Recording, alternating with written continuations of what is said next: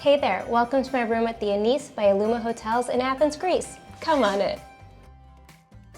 This is what you first see when you walk into their queen one-bedroom suite. A sofa bed with plenty of seating along with a desk, which is where you'll also find the espresso maker. Right before you head into the bedroom, where you have the queen-size bed, an open closet space with a safe and mini fridge, complete with robes, slippers, and a hairdryer. There is a flat screen TV before heading into the very spacious bathroom filled with olive era amenities and a fantastic standing rainfall shower. But you know the deal, let me show you the rest of the property starting on the roof where you might just run into your neighbors. The rooftop garden and bar is a great place to wind down from a busy day along with the pool, which is obviously more active during the warmer months. Back down in the open-aired lobby is where you'll find the restaurant, which is where I had indulged in one of the best breakfast buffets I have ever had. The amount of options and variety was just incredible. And then for the early mornings, they were even able to make a breakfast to-go box for me. There's also a fully stocked bar, which is where you'll find your morning coffee and juices.